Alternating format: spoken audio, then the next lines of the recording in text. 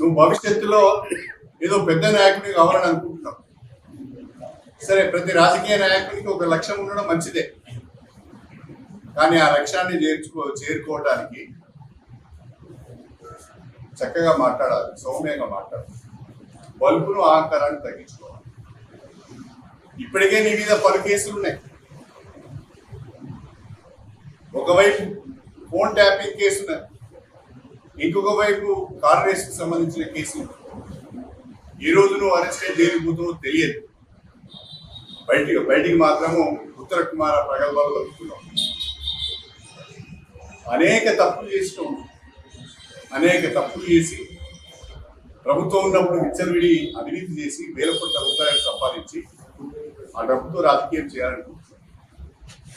అందరికీ తెలుసు నీ కథ ఏందో, నీ చరిత్ర ఏందో. అంత ఊపుడుగాళ్ళు గీకుడుగాళ్ళు తయారై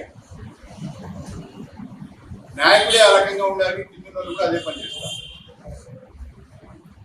వీళ్ళు వచ్చి విలువల గురించి, నీతి గురించి, నిజాయితీ గురించి మాట్లాడుతున్నారు. కడియం శ్రీహరి దమ్మున నాయకుడు కాబట్టి 2 సంవత్సరాలలో ఈ నియోజకవర్గానికి 1400 కోట్ల రూపాయల అభివృద్ధిని తీసుకొచ్చారు. ఒక ఆయన శ్వేతపత్రం ప్రకటించాలనుకున్నాడు, తప్పకుండా ప్రకటిస్తారు త్వరలో. నేను ఎమ్మెల్యేగా ఎన్నికైన తర్వాత ఈ నియోజకవర్గానికి ఎన్ని నిధులు వచ్చినాయి, ఏ శాఖ ద్వారా నిధులు వచ్చినాయి అనేది ఇప్పటికే నేను పత్రికాముఖంగా ప్రజలకు చెప్పాను. మళ్ళీ కూడా వివరంగా శ్వేతపత్రం కూడా నేను విడుదల చేయడానికి సిద్ధంగా ఉన్నాను.